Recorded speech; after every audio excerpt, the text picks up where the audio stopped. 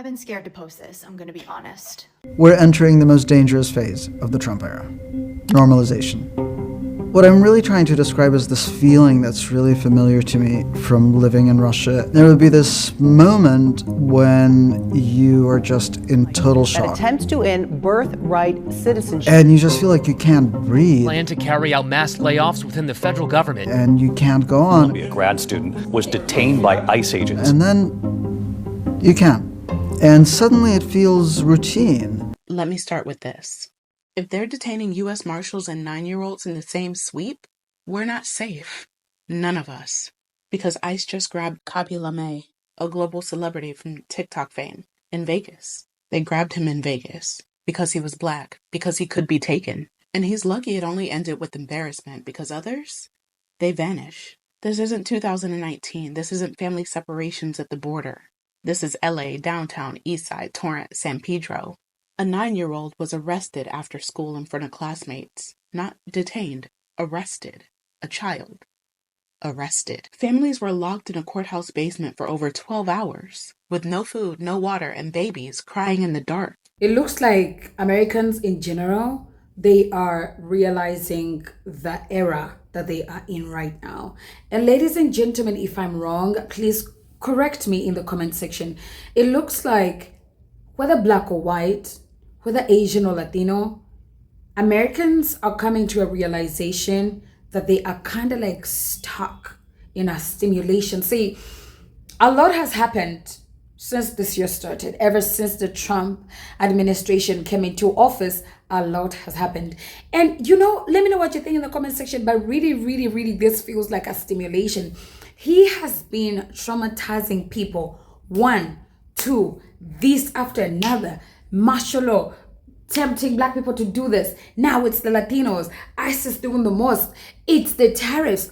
Oh my goodness. Like, people are looking for peace of mind in America. They just cannot find it. When people keep their peace, before you know it, it's protest, because people are sick and tired of seeing unsettlement. See, I feel like in 2025, the only thing that Trump has not done is studying WAR, the way you see that they do in different countries. I think physically, that's the only thing he has not done. But American people, I feel like internally, like DJT has created so many WARs internally in people's hearts. The economy, the crisis, the recession. People are sick and tired of being sick and tired. I do want to address what's happening right now outside of the building. Trump is using military forces to stop a protest. People are being swept up and torn from their families, and I feel it's my responsibility as an artist to use this moment to speak up for all oppressed people, for black people, for Latino people, for trans people, for the people in Gaza. We all deserve to live in hope and not in fear, and I hope we stand together, my brothers and my sisters, against hate, and we protest against it. Thank you, BT. And people being deported to El Salvador, once the Trump administration starts deporting people to South Sudan, it's not that shocking. Once we know that the DHS is going into the international student system and revoking people's status, once the administration revokes the status of all international students coming to Harvard, we're kind of used to this idea. So if you remember the Trump travel ban, the first one came in January 2017, and this was against anybody coming from 7 predominantly Muslim countries. And people were so shocked by it, shocked by its clearly hateful, xenophobic nature, that people were out in the streets and at airports protesting. And as a result, I think courts acted very swiftly because there was such a robust public reaction. And then months later, there was Travel Ban 2.0, and fewer people paid attention. And then Travel Ban 3.0 actually cleared the courts, and almost no one noticed. And now the Trump administration is preparing another travel ban. Blocking people from 12 countries. It also restricts travel from 7 additional countries. And I don't think anybody is really paying attention. So I think humans are stability-seeking creatures.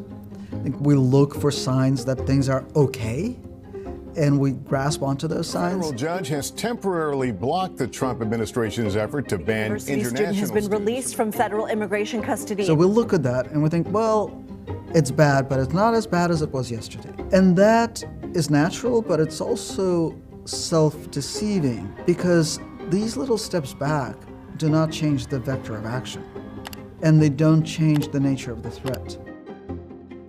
I don't know that we can keep ourselves from normalizing things because we're human. It's our core ability to cope and to survive. But I think we need to be aware of it. In Russia, inevitably, every few years, my journalist friends and I would sort of think back to what our possibilities were a few years earlier and realize we could have done so much more. And now that the space has closed in, we realize how much we didn't do. In this country right now, we still have so much room to move. That's not always going to be the case. It may not be the case a year from now. So we need to be taking up all the available space with what we can do now. This isn't 2019. This isn't family separations at the border. This is LA, downtown, Eastside, Torrance, San Pedro. A 9-year-old was arrested after school in front of classmates. Not detained, arrested. A child. Arrested. Families were locked in a courthouse basement for over 12 hours, with no food, no water, and babies crying in the dark. A U.S. Marshal, one of their own, was cuffed and dragged off in Arizona because his skin color didn't match the badge. You can't tell me that this isn't a racial purge disguised as enforcement. So let's talk about the Gestapo. You've heard the name, but maybe not the tactics. Because this is textbook. No warning, no warrants, no explanation. Plainclothes agents, mass disappearances, and children, babies, being turned into leverage. The Gestapo wasn't scary just because of their uniforms. They were terrifying because they answered to no one. That's ICE now. That's DHS now. And that's what's happening in our cities right now. And if that wasn't enough, 2,000 National Guard troops were dropped off in LA. Not for wildfires, not for disaster relief, but to make sure order is maintained while families are being kidnapped. They're using riot gear and tear gas on undocumented people who showed up for check-ins. Not criminals, not gang members, mothers, fathers, caregivers, kids. Tell me again how this isn't about race. Tell me again how this isn't about power. Tell me again how this is legal. They're dragging people out of schools, homes, courthouses. And it's not just happening to immigrants, it's happening to anybody who looks deportable, which really means if you're not white, you're a target. If you don't have status, you're disposable. And if you look like somebody without papers, you're vulnerable. And nobody's coming to save you. Listen, I know this is heavy. I know you're tired. I know you've been surviving, barely. But this is state terror. Full stop. And I'm not here to say fight back or call your reps, because some of y'all have been doing that for years. I'm here to say you matter. You're not alone. And if they come for you, they come for all of us. Because this country has never needed a reason to hurt us. Only a system that lets it happen in plain sight. And now you're watching it, you can't unsee it. So don't tell me it's not that bad. Tell that to the kids crying in the courthouse basements. Tell that to the mothers calling out names in detention centers. Tell that to your neighbors before they're gone. ICE isn't keeping us safe. They're making sure that we never feel safe again. And if this isn't the modern day Gestapo, then history lied to us.